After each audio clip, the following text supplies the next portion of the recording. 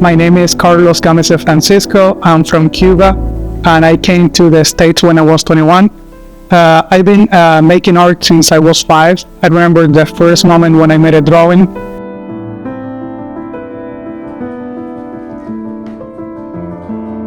I was seated on the kitchen table. I was drawing with a blue ink pen, and my dad was washing the dishes. And I asked my dad how the water came out of the faucet, and he explains that water comes from the lake and is purified and comes to every house. So I was drawing what my dad told me. He left the kitchen, my mom came, and she asked me what I was doing. And I told her the same that my dad explained a few minutes ago, and she thought I was crazy. And next day she took me to see a psychologist, and after a 30-minute interview, the psychologist said, "Your son is okay, you're the one that needs therapy." And that was the first time that I remember making a drawing. I still keep it with me, and I've been doing what I love since then.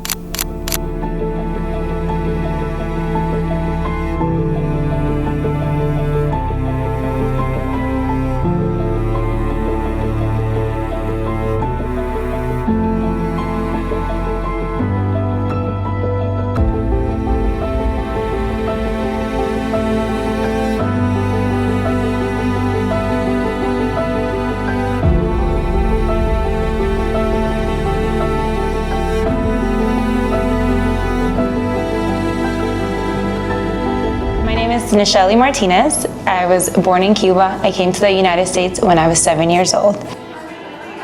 I am the owner and founder of Sweet Colada Cafe in Louisville, Kentucky, as well as one of the founders for Carnavales de Sweet Havana.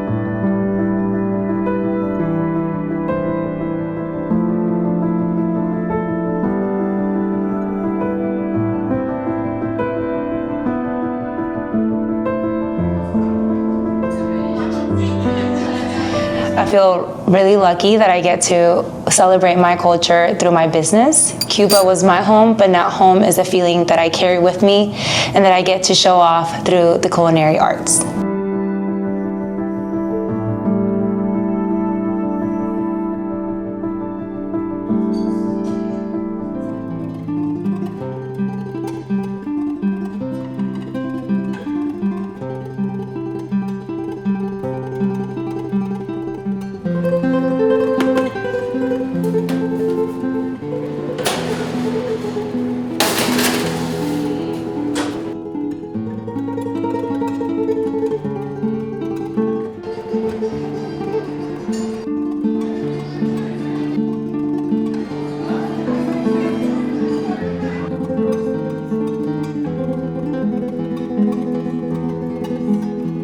Hi, my name is Ada Asenjo. I'm originally from the Dominican Republic. My parents migrated to the United States many, many years ago. I've been here for a while.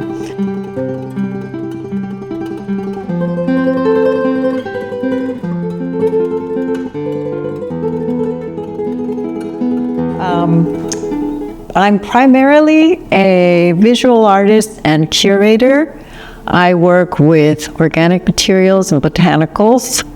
Enjoy working with these because of their impermanence and how delicate, fragile, and ephemeral they are.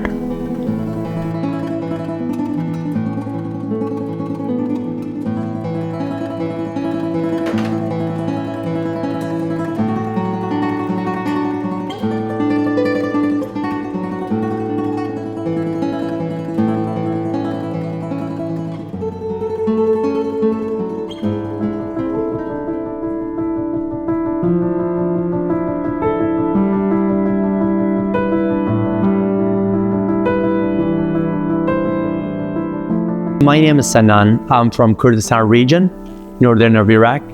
I came to America in 2016. I migrated there. I was working with State Department, so I had to leave Kurdistan, and my family is my friend. I came here. I used to play music there. I started playing Daft drum when I was 18 years old.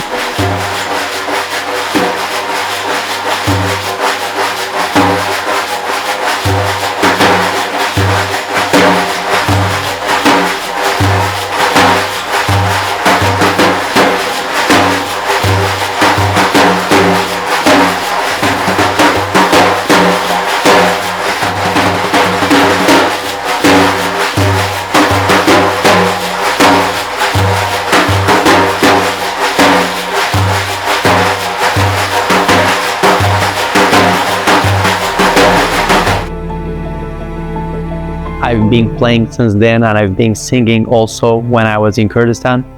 When I came here, I didn't know that I'm gonna continue to do the art again until I picked up with community at KRM, where I got resettled. And also, I am a creative designer. I develop websites. I help people with IT needs, online creativity. So music and art and singing really connected me to a lot of people in Louisville community. I can feel the pain and the joys from other countries, because I've been playing music with different people from different country. We've been jamming musics, different languages. So I'm grateful, and I'm looking forward to develop that path forward.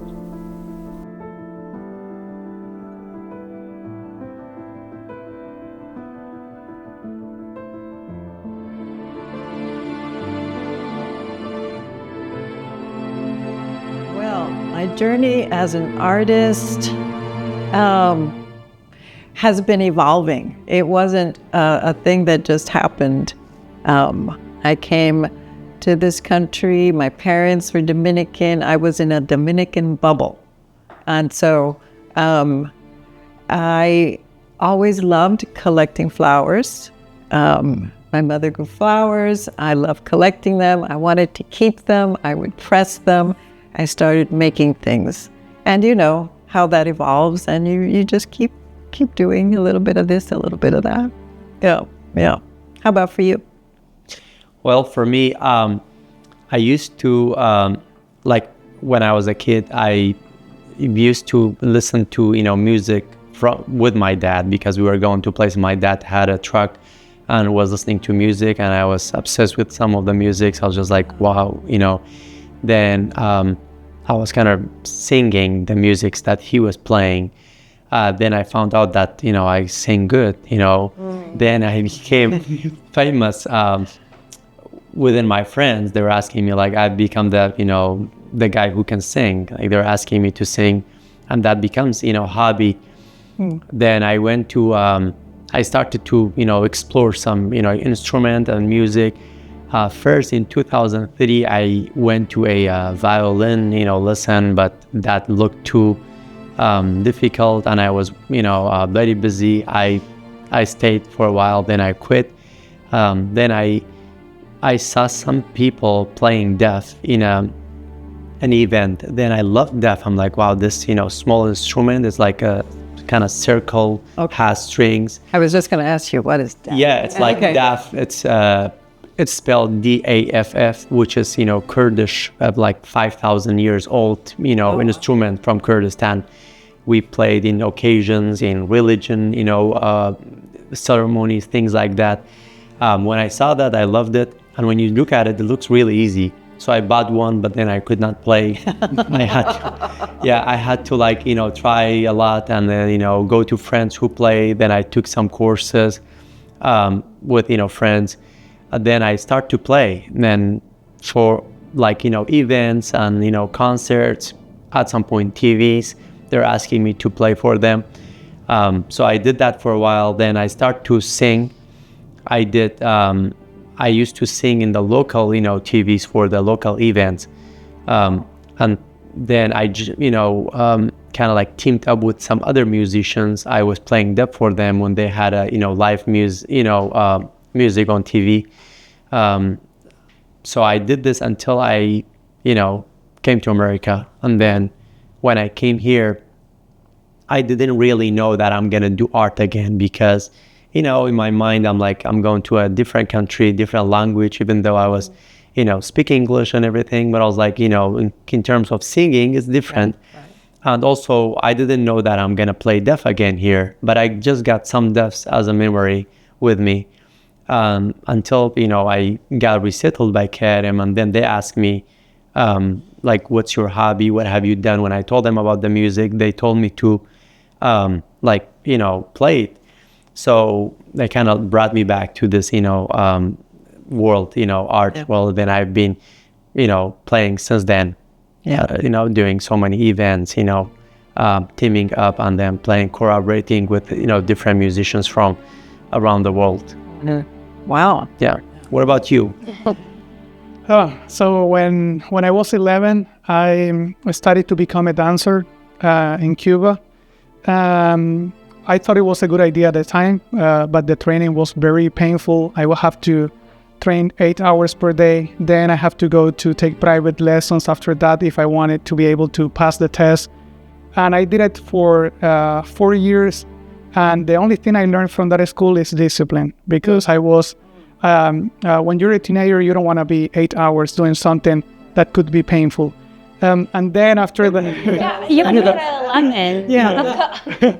But then I think that was the best thing that happened to me, because when I switched career to fine art, which is my real passion, I was able to paint since early in the morning. I remember once I was painting and it was very, very early. And when I looked through the window, it was already night. And I said, I can do this for the rest of my life. And I was 15, but then the art supplies in Cuba, they were so expensive. So my mom only made $20 per month, and an oil tube cost $4. So I could never ask my mom, hey, can I have some oil tubes to paint? So I have to be very creative, and I started mixing watercolor with toothpaste. And then I remember the first time I had an oil tube, I mixed it with diesel because I couldn't afford the medium.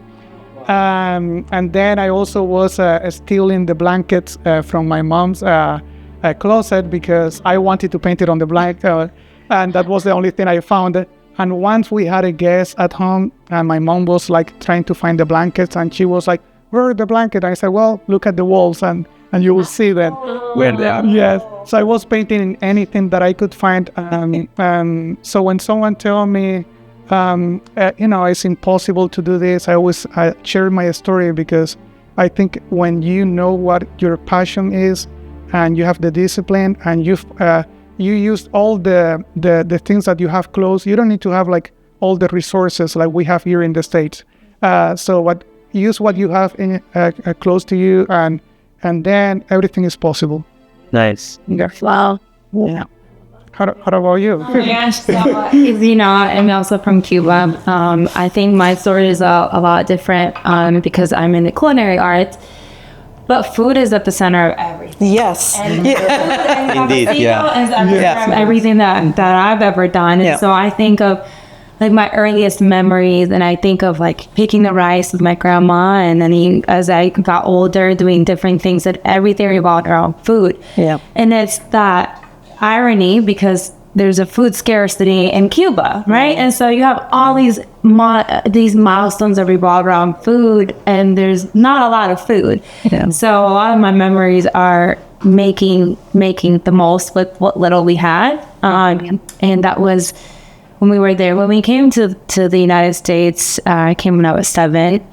My grandma always lived with us, and she always baked, and she always made food. And my mom was like, let's sell food. Like, let's sell flan, let's sell tres leches. So ever since I was... My mouth is watering. Ever since I was very little, that's what we did. I would either take care of my brother, or I would help my mom in the kitchen, and we would go out and do catering and events. Since, I was 8 or 9 years old, that's what we did a lot of the time, was sell food. And then I tried to run away from it as much as I could. I was like, I never want to work in a kitchen, because I know It's hard. how much of a sacrifice, right, my family made, because they still to this day, my mom will make food and she will serve food, and that is the last thing she will do, because she loves serving people. And I said, I can't do that forever, because I need a 9 to 5, and I was like, that's not what I want to do with my life, but it's in me. It's how I hold on to my culture. And so seeing how throughout the years and throughout my life, I've always held on to food. It's so special that now I'm a curator, so now I get to curate food, right? And I get to pick some of those things that are the most meaningful to people from my country, from my culture. I think, like, for example, here at Sweet Colada, we don't have anything strawberry. Right.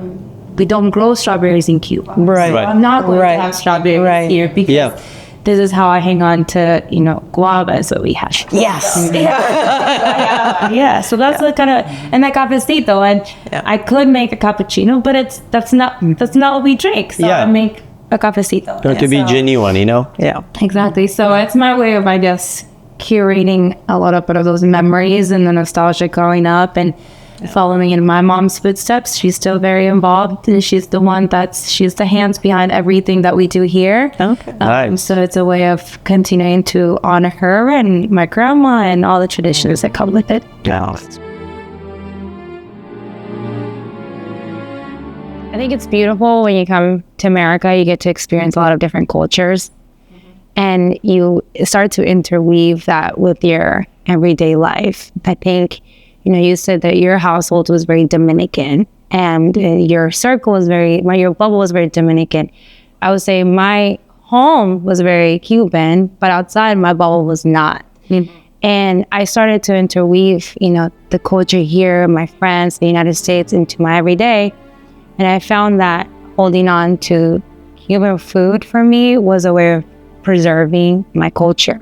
Right? It's a way of preserving what little I'm more intentional of what I do because I don't want that to be taken away from me. And as I evolve and I change, I never want that to evolve and change. So I'm very intentional on preserving that part. I want to know, I guess, what you do to preserve your culture through your art. Well, I kind of incorporate who I am, what I am, being Dominican and all, into the natural world, or I take the natural world and infuse it with everything Dominican. I can't be anything else. So it's just taking from nothing, right? There are weeds. I love the weeds because they're beautiful and they make great pressed organic material. I love the flowers. In the tropics, there are flowers all year round. Mm-hmm. And so I guess it's part of me to have flowers all the time in whatever shape or form I can do that. And that's how I keep that close. Yeah. Favorite flower? My favorite, Good trick question. Depends on the season, right? It depends on the season. I do, like my mother grew gladiolas. So I have that as a passion. But the dahlias are beautiful. I don't know. What's your favorite flower? How do you keep your Orchids. Orchids, yeah. Yes, I love them. Yeah. Do you, like Nachely was saying, how do you express your culture through your beautiful painting? Yeah, so since I was a kid in Cuba, we always heard only bad things about the U.S. That was something that the political propaganda. And I remember when in the 90s was illegal to listen to American music or English music.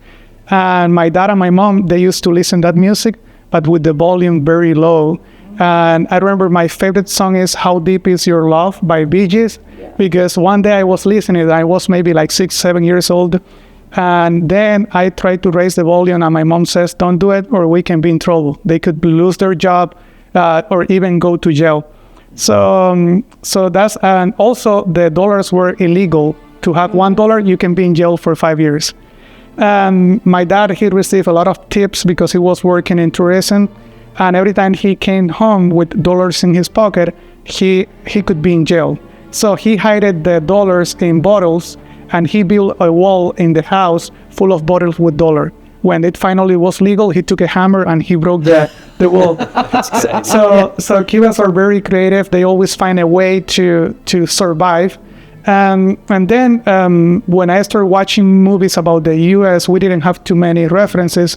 So my dad, he was already in the States, and he sent a DVD with the movie Forrest Gump. And I watched that movie maybe like 40 times. Yeah. And that's what I thought about the U.S. I said, I want to have a successful life like Forrest Gump. So when I came to the States, I came with $650, and those were all my savings. I spent all the money in one day, 600 in art supplies and 50 in a pair of shoes, like Forrest Gump shoes. And then I was broke, and it was good that my dad, he let me stay in his house until I was able to make a living. But I was able to send an email in English, but I couldn't understand the Kentucky accent. So That's very hard. so I sent an email to a gallery, and they called me, and I couldn't understand anything they said. And then I hung up the phone and I said, this cannot happen to me again because I lost an opportunity and I want to make a living as an artist. So then I decided to learn 100 words per day, and I was studying English like 8 hours per day. I was painting. The discipline. Yes. And after 3 months, I knew so many new words, and I had a meeting in a gallery, and I have to talk about my work in front of 8 people. And I said, now I'm able to speak, but I still have some problems understanding the accent. So I should talk like for 10 minutes non-stop. I won't let them ask me any questions. And that's how I did it. And then after that, I was, they accepted my work in the gallery, and I had my first solo exhibition that was 4 months after I was in the States. And then the day of the opening, it was snowing, and I didn't know how to drive with the snow. So I was late, 5 minutes late. And when I arrived, they said, you sold out the show. You sold every piece in the show. And I said, my English, I don't know. Could you please repeat that again? Because I'm not sure if I understood. So next day I quit my job. I was doing shipping and receiving in a truck company. And then I said, well, I will do what I love. And so next day I quit my job, and that was 17 years ago. And I've been doing what I love in the States since then. But then one thing about Cuba is that when I was in Cuba, I wanted to listen to things that, like the American music that was prohibited in Cuba, or watch the American movies. But then when I came to the States, I started missing the things I didn't like about my country. So I enjoy the Cuban rum, the Cuban cigars, the Cuban music, and the coffee, and I miss the dancing salsa. And then I always feel that I wanted to come back and enjoy those things in Cuba. So that's when I understood what that part of my culture, that because I was there for 21 years, I thought it was normal, something that I didn't need to enjoy. But now that I'm here, I miss it, and then I try to spend time like having a coffee or listening to the music from my country. And I think what makes my art in a way that I consider successful is that I use all what I learned from my culture, and then I mix it with the new culture, with the States. So in that way, my work is very, very unique, but at the same time, it has a relation with the new audience. So because if you only show the work that comes from your culture, then you won't have that connection with the new. It's like opening the door and the bridge. You're trying to invite people to come in and feel like they can understand it, they can learn it, right? Yeah, that's really special. Right. Well, mine is I see my culture through my art is so we have like two different things. First, my language as a Kurdish. So we used to be a country before Iraq, Turkey, Syria all existed. We were like the longest, country there. And then in 1919, with the Sykes-Picot agreement between France, Britain, and some other country, they divided us into 4 pieces. Yeah. Since then, I'm Kurdish, but I have to say I'm from Iraq, even though I'm from Kurdistan. Like people from my city, they don't speak Arabic, even though they're from Iraq. And, we don't celebrate anything that Iraqi does. We like them, they're our friends, but we are not Iraqis, we are Kurdish. Our clothes, our food, our everything is different, 100%. Our history and, civilization goes back to thousands of years. So when I came here, now I feel my, ethnicity more than before because I used to live in it, now I feel like, okay, I'm Kurdish, but every time people tell me where I'm from, I don't know how to tell them. Like I want to say Iraq, but I'm Kurdish. When I say Kurdistan, they say, where is Kurdistan? Because I'm from my part in Iraq, we're a region, like we're a Kurdistan region, but again, it's not a country. We still hold Iraqi passport. And then we have, Kurds in Turkey, Iran, and Syria.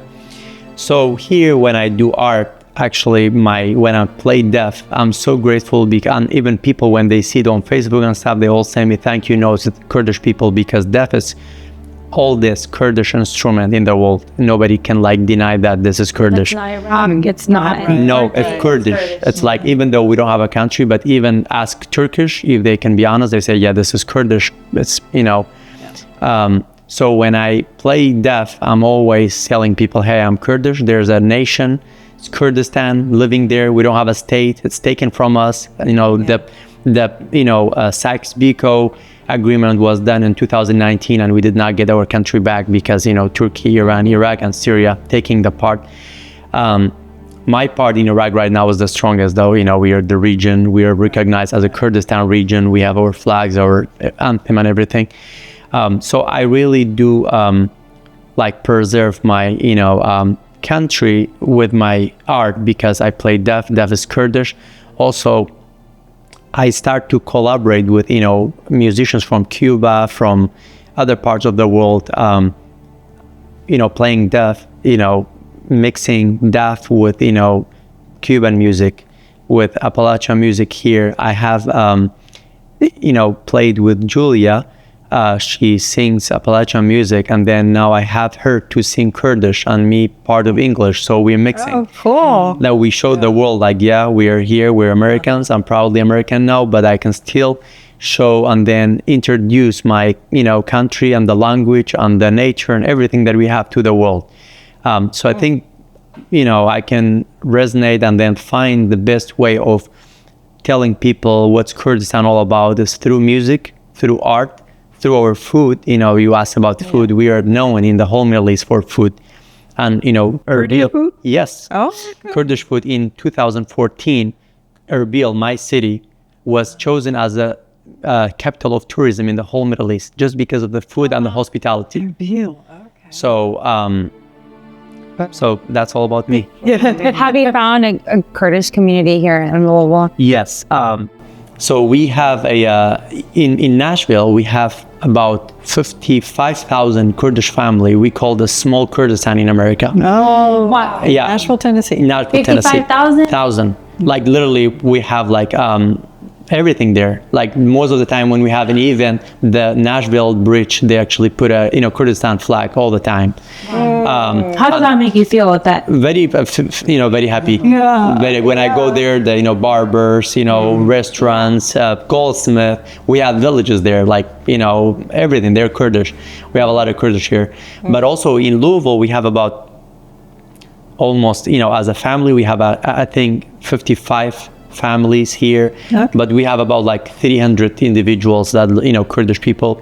I recently opened a Kurdish community page just for announcement, things like that. So hopefully in the future we can have a community. But, we have a lot of communities in, other states. We have a large community in San Diego, California, and other parts. But two parts is very known. We have, Virginia, Harrisonburg. We have a big, population there. But the big, Kurdish population here in America is Nashville. 55,000. Yeah, it's a lot. Yeah. That's amazing because, there aren't a lot of Dominicans in Louisville, Kentucky. Right. So it's wonderful that you have a community. So do you ever feel like you're not part of something? I always feel like I'm in a crack. That's true.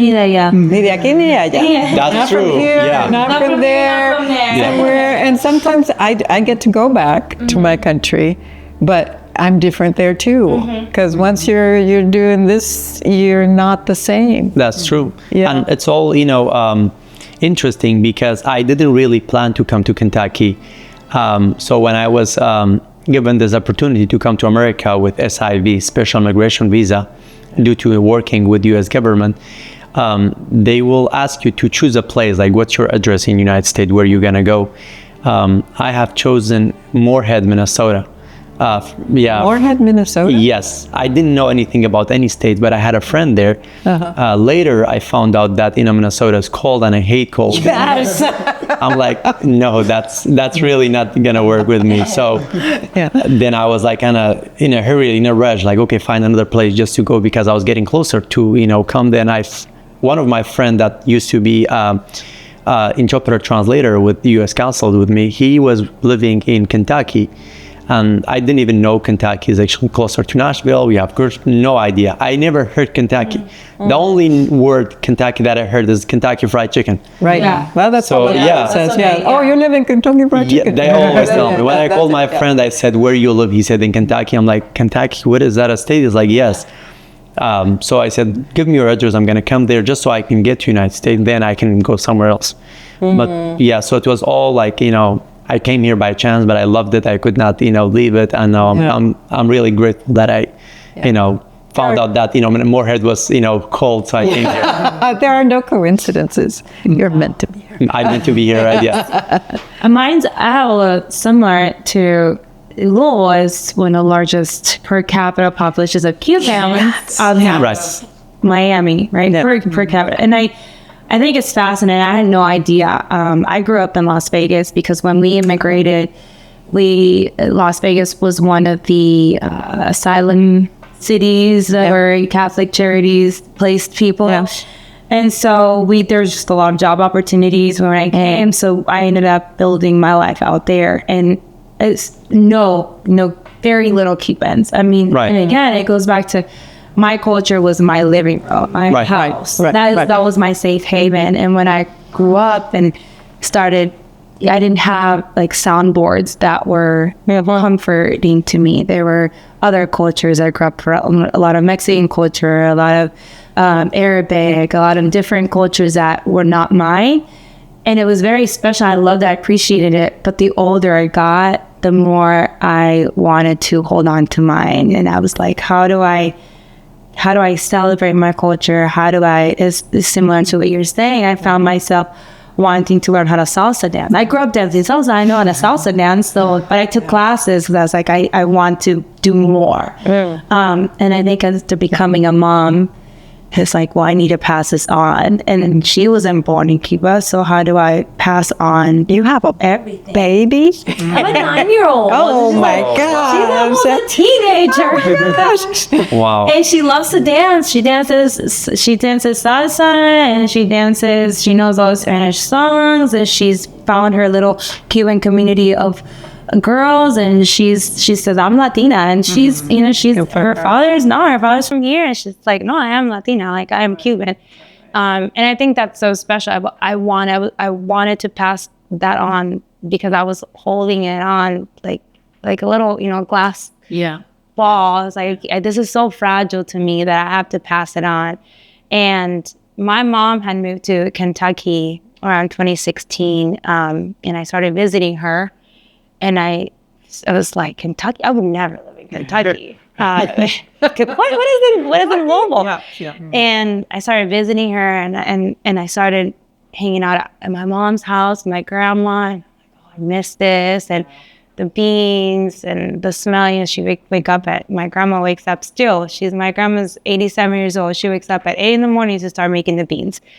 And I miss that. I'm a full grown up in my mom's house visiting her on vacation, and I'm like, this is like where I belong, that feeling of belonging. And over the years, the Cuban population started growing, and I felt so at home, outside of home. I felt like if I went to the grocery store and the grocery store clerk was Cuban, it's like, you're Cuban, I'm Cuban. How cool is that? And for so long, I think growing up, I didn't have that. I didn't find people like me places I went. And then when I moved here to Kentucky, that was so special. So when I told people back in Las Vegas that I was moving to Kentucky, they're like horses and cowboy boots? I said, no, not that Kentucky. We're moving to Louisville. And coming over here and the music was a big thing. There's a lot of Cuban artists that have and you talked about it, how hard it is to do art in Cuba and authentically, right? Without a propaganda or an agenda behind it. And so when artists come here and they're able to express themselves freely, that is so special what they can do. And so I found that here in Louisville when I came over here, a lot of the music was very special to me. A lot of the artists that formed all these bands, they played this instrument in their home country, and just like you, they played this and they played that, and they got together and made a band. And I saw so much of that everywhere I went. And it was random Thursday, and there's a salsa band playing or singing bolero, or that was so special because I didn't grow up like that, having that. That was something that I would have to go to Miami to go get. And so that's one of the reasons that I love it here. But then to be intentional for me, it's like, okay, now I can create more food that I can introduce more people that don't know our culture and say, this is what a cafecito is. This is what we're about. It's like storytelling through different plates and through different flavors. And I think I'm happy that I get to be some type of a bridge. And then throughout the last couple of years, we've created Carnavales de Sweet Havana. Have you heard of Carnavales? No. You heard of Carnavales? Yes. Yeah. So Carnavales is an event that we did to celebrate our traditional Carnavales that we have in Cuba. And I know Latin America has a lot of festivals and Carnavales. Carnavales in Cuba is a big thing. Is it like a comparsa? It's a lot of comparsas. Oh, okay. It's a parade, comparsas, un carnaval, un festival. Yeah. My mom, my mom has very big, crazy and passionate ideas. And I'm so lucky I get to be right next to her and help her with all of that. And she came up with the Carnavales idea, and I was like, okay, well, I'm going to help you. We're going to figure this out. And so we started the first year. We did one day. We had about 3,000 people show up. Second year, it was a 2-day. We had almost 7,000 people show up. Oh, I can find out about this. It's in this year's in 4th Street Live. 4th Street Live, helped us open their doors because we're growing big. But we curated a lot of the dancing. It was, I think I probably cried every day just watching people, the folk dancing. Yeah. Because folk music and folk dancing is it's intertwined with religion and culture and the everyday, and getting to see that was so special. But the music, the art, the food, the people, and it was a sense of belonging, a sense of feeling like home. And I still, get goosebumps. I'm like, how am I here in Louisville, Kentucky, and I can feel like I'm with my people?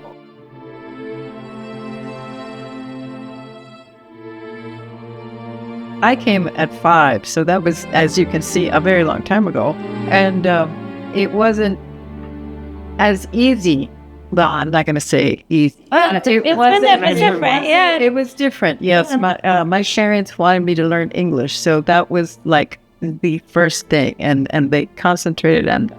And so I had to reintegrate my culture as I was growing up, because I had to lose it to get it back.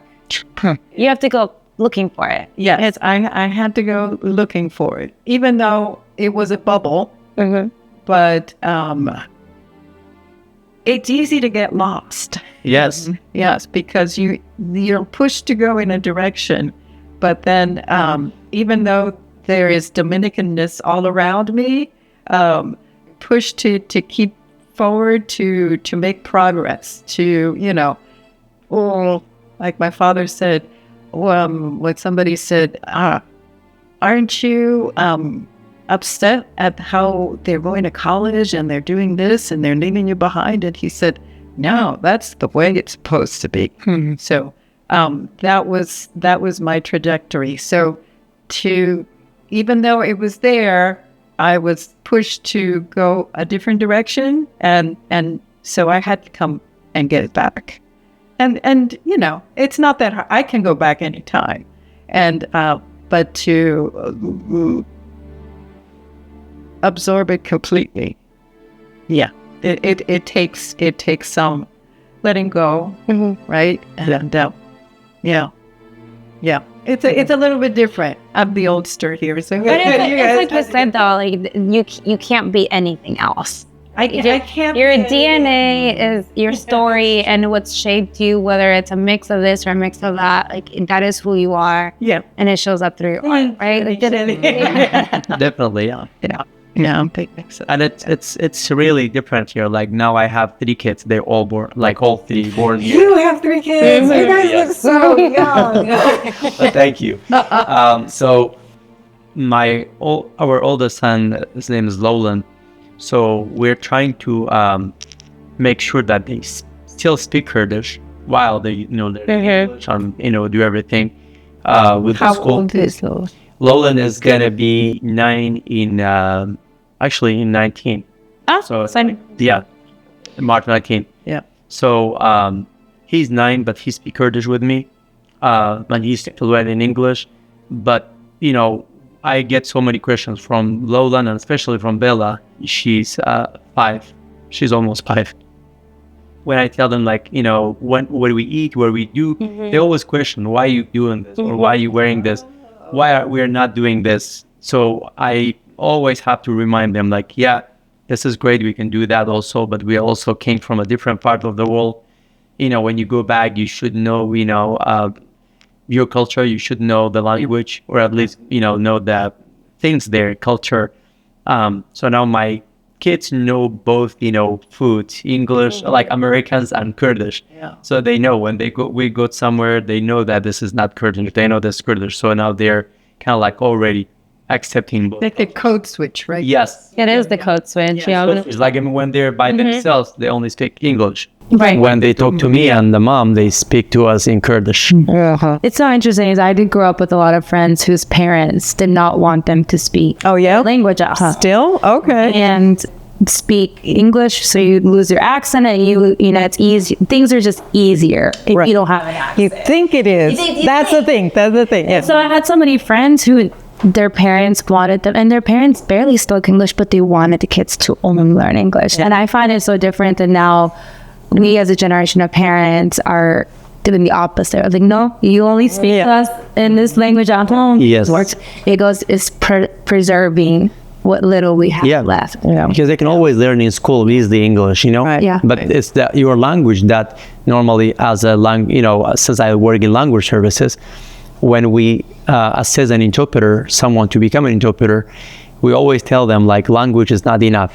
You have to know the culture as well. Yes. So if you speak, Chinese, you either have to live in China or study Chinese or so if we just know somebody just speak the language, we never hire them because you may not be interpreting appropriately. Same with kids. It's really they get the culture from you, and if they get the language, so now they can think differently and better, in my opinion. Art, Yes, the culture identity. Yep. It's a very small. People think it's very, very important, but it really isn't. Just a small part. I think of my own daughter. She came home yesterday from school, and she saw on PBS what's going on in Cuba. And I spent an hour talking to her about communism, and I did not think that I never imagined that day would come, or I'm having to talk to her about the history of, I knew the day would come, but I didn't think it would come, on a random Monday afternoon. And so here we went, and here we are, having a conversation about communism and the history of the island and what's going on right now and the crisis and all of these things. And it's special that she has to go to school, and she's like, hold on, that's something I need to ask my mom about. But she does that with artists too. And she, during Hispanic Heritage Month, now she recognizes Celia Cruz. She's like, oh, look, she'll come home and she's like, I saw a picture of Celia Cruz. So she'll come home and she'll see, different things. And that's so special because she's learning to find identity right, through all of these things. Right. Do you have kids? Oh, yes. I have a 2-year-old kid. So when you were talking about the food, so when Charlie started eating, so he's going to be 3 on April 14th. And when he started eating, we said we were going to feed him like he's going to eat very healthy salmon and broccoli. I know where this is going. And then Charlie, he didn't want to eat. And we were like, why? Like, we were trying our best. My wife was learning how to cook like so many healthy recipes. And then he went to a daycare. He only was there for a week, but the owner is from Cuba. And the first day, she sent a video of Charlie eating a lot, rice and beans. And so he has that in the DNA. And since then, we only feed him. He only eats Cuban food, and he eats a lot. Yeah. So it's something that we cannot change. Even when he was born in the States, and there is something in the DNA that we cannot change. So what is your favorite like Dominican dish? Rice and beans. Yes. Rice and beans are just my favorite. I could live off rice Yes, me too. every day. And actually, we call our everyday meal una bandera dominicana, red, white, and blue. It's our colors too. So it's rice and beans and some kind of meat or chicken. And the plátanos. You always gotta have the plátanos. Plátanos and tostones on the side, of course, but yeah, and maybe some repollo. But yeah, that's my favorite. There's a lot of fancy stuff, but that's my favorite. Yeah. I think it's interesting how, and so many people always say, like, art is a form of resistance. And I think of art as a form of resistance, but I'm resisting giving up who we are. Like, it's just, that's my resistance. And it's a privilege, but that is my resistance. Like, I'm resisting giving up the culture that I have. And so I think I feel so fortunate and so, like, blessed. I don't take it for granted that I get to share that. Yes. I say thank you every day.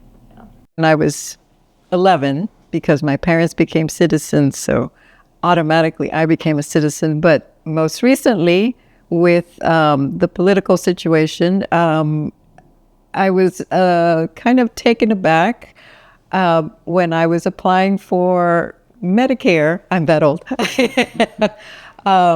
And they needed to know when I was naturalized. And I did not have my certificate. And I did not know exactly the date. And I did not want to put just a random date in this application.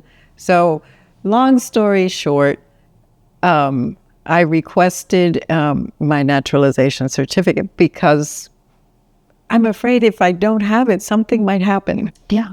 In that, okay, you don't belong here. And I have felt that in the past year and a half. So that's really been the only time. I'm happy usually wherever I am. I'm a happy-go-lucky person. But this past year and a half has been challenging. I appreciate you sharing that. I think when I remember being little, when I came to this country, and it's the same rules as if you were to go to somebody's house, like, don't touch anything, don't make noise, be good, be on your best behavior. That's the same thing of coming to America. Don't make noise, don't touch anything, just stay on the straight path and things will be okay. And so I think for so long, that was what I tried to do, is assimilate and do more of what this country expected me. Maybe it's expectations I put on myself, but what I was expected, what I thought I was expected to do is do this, go to college, get a degree, work the corporate ladder. You think this is the path. And the older I got, the more I said, I want to make noise. And I want to touch things, and I want to make noise, and I want to rock the boat, and that's okay because it is who I am. And, I was naturalized when I was younger too, because my dad became a citizen. I had citizenship, and I don't have a certificate.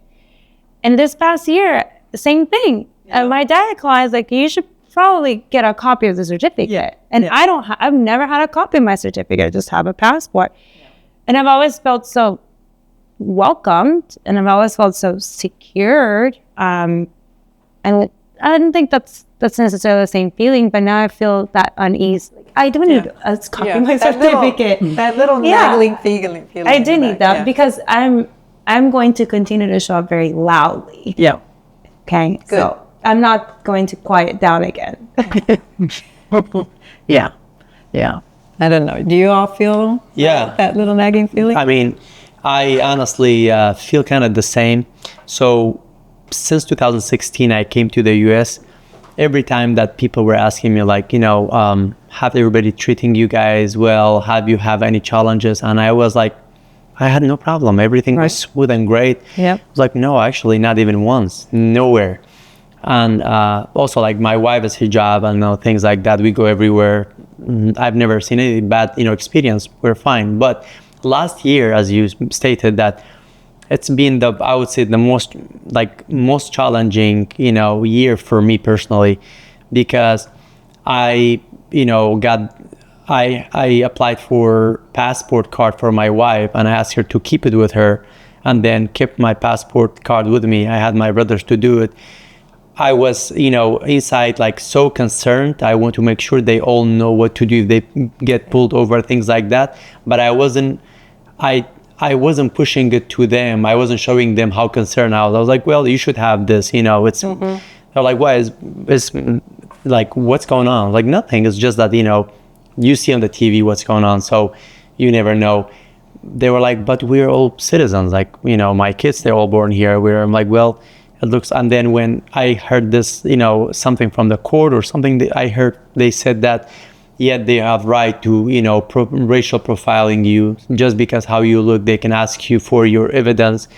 And then, the Secretary of, like, whatever the name was, said, yeah, Americans should actually carry documents to show who they are. I'm like, well, like, last year, honestly, me personally, I did not even share this with family, but that was the first time I was thinking, like, I'm like, why did I come here? Like, did I make a mistake? Because where I came from, if it wasn't because of U.S. government, mine was different situation. Financially, I was the best, like, I was 10 times better than now. But I came here because I was working for U.S. government. And if I did not come here, other groups were threatening us. My brother got, targeted. And, I was like, but now I'm like, this is the first time I feel that I've never, I felt like I'm American. But now I don't think I will ever be American. If they can tell you that, okay, if you're even, like, I heard something from Kentucky that there was a bill that they said if somebody has not born here, they cannot run for office. And I'm like, what's the meaning of that? Yeah. And previously, when I was in Kurdistan, I had the opportunity to go to Britain so many times in a different situation. But I was like, I never go to a country that the country they feel that it's belong to them, which they're right. Like, for example, look at Britain. They've been there for years, thousands. So I can really like, they tell me something, I'm like, oh, it's acceptable. That's the mindset. The guy thinks that's their, country. But I'm like, America is nice because, it's founded with refugees, with immigrants. So I can actually claim it and, like, loyally say this is my country.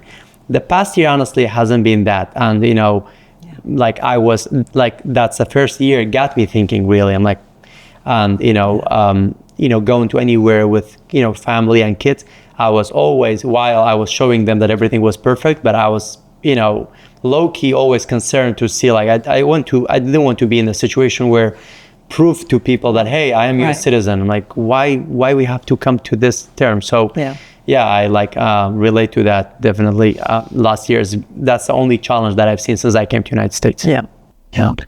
So when I came 17 years ago, my dad was driving and I saw a sign that with Muhammad Ali that says Louisville, the city of opportunities. And then I said, okay, so here, and everything was against me because I didn't know the language, the culture, but I have faith that in this place I will be able to make a living doing what I love and building a family and having a home. And it took, so the first 5 years are difficult when you're an immigrant because even when you try, everything is so different. Like, you're afraid to talk in public because you don't know if you will say something that would be because of your accent. But then everything was working in the direction I want. I think, so I think when you know what you want and you work hard, you will accomplish any goals, but especially in this country, because here you have all the opportunities that we didn't have in our countries. So then, now that I have a child that he was born in the States, so he he has so many opportunities just because he was born here. And to me, and my dad came 22 years ago, and when he came, he had 3 jobs to help all the family in Cuba. He helped everyone because to come to the States because of family reunification. He helped more than 10 people coming from Cuba, and he always told me, you have to be low key, like don't follow the law, work hard. He always told me like, what is the best way to succeed? Like don't be like very loud. But I'm also an artist, so when you're an artist, you're supposed to do the opposite. Yeah. So I always share my point of view, and even when I was in trouble, and then now that I'm a dad, I'm trying to be more like my dad in a way, because when I watch the news and sometimes the news are not even like that real, but they make it even. Sometimes like even like more, yes. And then you said, well, this thing happened in this city, so maybe that can happen to me as well. And then I try to be a good citizen, follow the law, being low key, but that's not the artist that I sometimes I want to say, okay, so this is the way I feel about this and this, especially about politics. But then I always try to be positive. And I said, I came from a country with 67 years of with a dictatorship.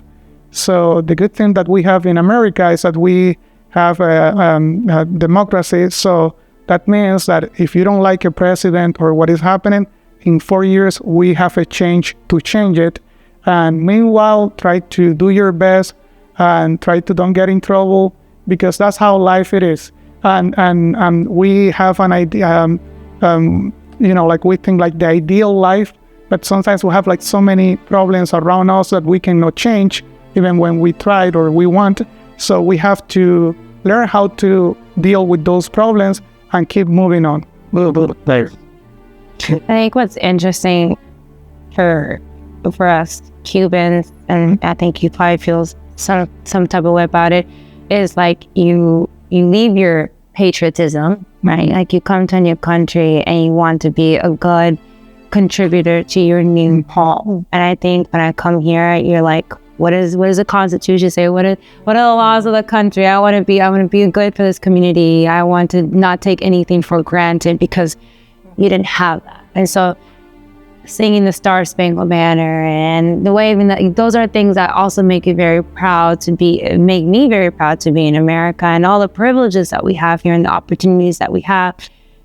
But I don't forget, that it comes with all of these other things, and it's not the same reality for everybody. It's very different for everybody's experience and where they come from too. And that's a special thing. You guys tell stories through your art. We all tell stories through our art, and a lot of those stories come through the art. It's where you come from. It's not just leave everything behind and become a new person. It's you bring it here, you tell the stories, and you hold on to as much as you can. What do you think for your future? What's it look like for this endeavor? Well, for me, I plan to continue to hold space for people that want to learn about where we come from, people that are from where we come from but want a place to feel included. I think that's the least that I could do, is I continue sharing Cafecito. It's my way of sharing our culture, continue to just celebrate it. I don't plan on stopping. I don't plan on dulling it down. I think just continue to create spaces where people can feel like they're part of it. They're part of where we come from. It's important to you. What about you? I would love to collaborate with more and more, incorporate all of that into my work, who I work with, and always have nature in the forefront, because we haven't been taking good care of her. So that's where my focus is.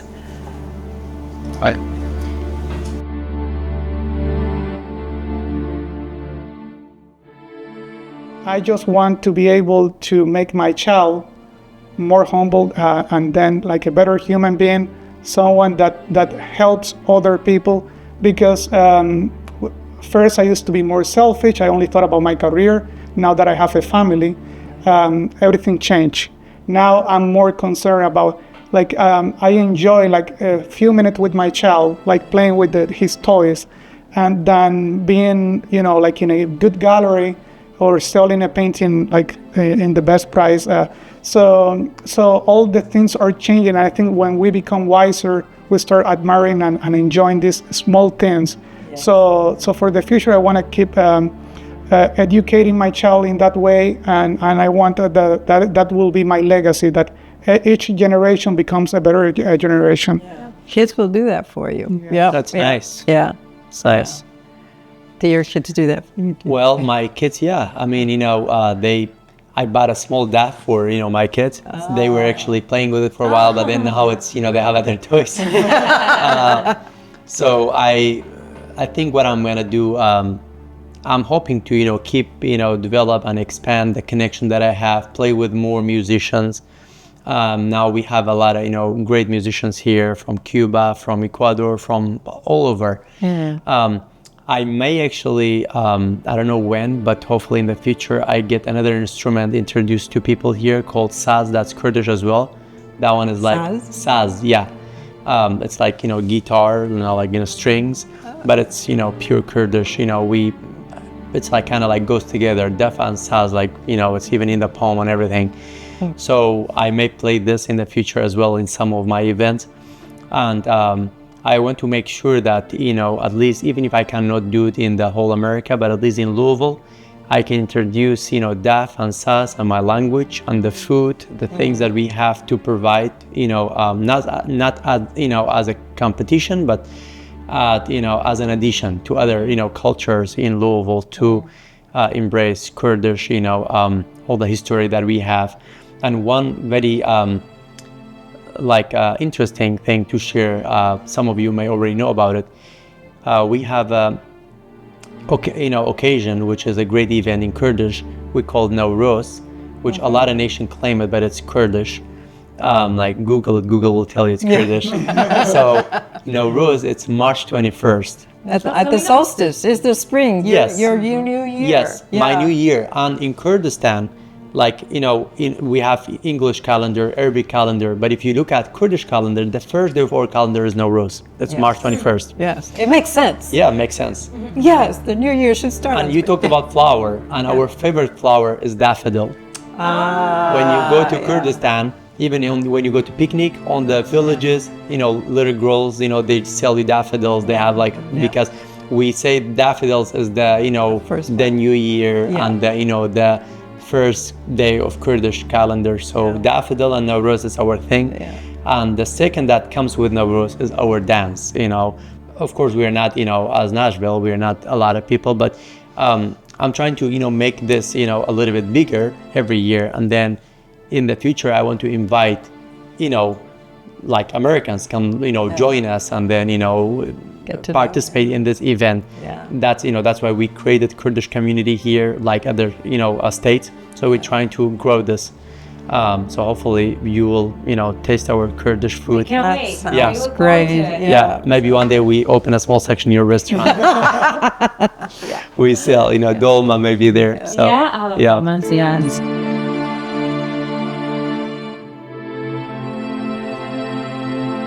My mother-in-law came to work to Louisville 30, 40 years ago. And when my husband and I had been traveling, we taught in China, we did different things, and we were in the Dominican Republic. But when we decided to settle, have babies, this is where we decided to go because family was here. That's the easy answer. Nice. And it has worked out really well. Because Louisville is a community, and it has all these different neighborhoods. That's what the first confused me in the beginning. you know, you have the St. Matthews, and then you have the Iroquois, and then you have the West End, and then you have Butchell, and then you have all of this. But they seem to work together. There's so much different history. Yeah. In all of those places. Yeah. It's very unique. Yeah, yeah. So, and it has blossomed. And as an English teacher, I got to meet all newcomers, and it just became home. As a teacher, I got to meet all newcomers, and it just became home. Nice. Yeah. You know, your dad was here. Yeah. So What made you stay? So he came about 22 years ago, and he says there were not many Cubans at the time. And then since I was 15, I always wanted to come to the States, but my mom asked me to wait until my education finished in Cuba. So I came when I was 21, and I came to Louisville because of my dad. And first, what I thought about America was because of the movies, where everybody live in New York, where with the big buildings, and everybody have the perfect life, and then they work in the fashion industry. And then I came to Louisville, and I was living in the Americana, and then I was like, this is not what I thought about the States. But then I started liking more and more, and I went to Chicago to study at the Earth Institute, and I was there for 3 years. And one day the snow was this tall, and I said, no, I moved back to Louisville. Then I came here, and after 3 years, I said, well, maybe I should go to Florida because I'm closer to my country. I was in Florida for 3 years, and then I came back. So I always come back to Louisville. And when my wife came from Cuba, we went in a road trip from Florida to Maine. And when we arrived to Louisville, she was in love. She says, this is the place where I want to live. And I said, that's good because I feel in the same way. So we came here, we visited my family, and I have half of my family here.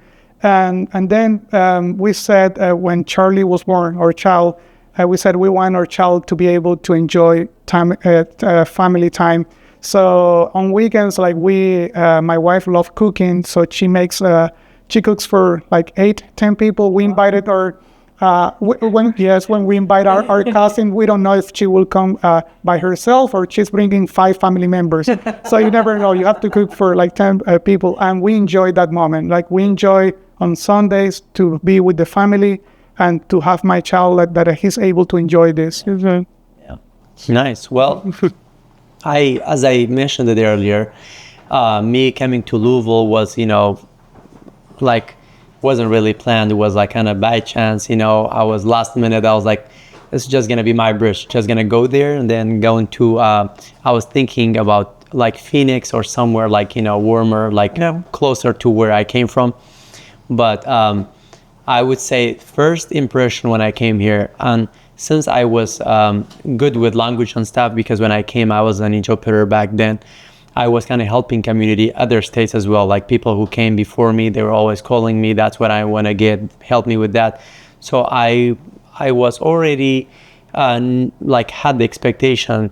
And then my friends that they settled by other places, they told me that they had some, bad experience, things like that. And I was expecting the same thing. When I went to KRM, and it was really open, office. I could really see anyone I want to every day. It was really welcoming. And my wife was very happy because nobody was here when I came. I did not know any Kurdish people. I thought like this, as I said, I thought I'm going to be here for about a month or something, then I will just move. But then, the more I stayed, the more I convinced I could not go anywhere else. We went to a trip, we went to Canada, we went to New York, we went so many places. But as he stated, Louisville felt home. Yeah. When I was coming back to Louisville, it looks like I was in Erbil again in my city. I'm like, wow, it's and then, I had some other family members that they were going from state to state. They were like, why don't you come here? It's for you, it's all the same. It's not like Erbil. I'm like, honestly, it's not like that. When we go other places, I like it as a tourist. Yeah. But when I think about it, when I look at the people, look at the environment, I get depressed. When I go back to Louisville, it's so nice, and I don't know what's the reason, but so homey. It's so homey and feels home. And And then the more I stayed here, I found out that the harder I can ever leave.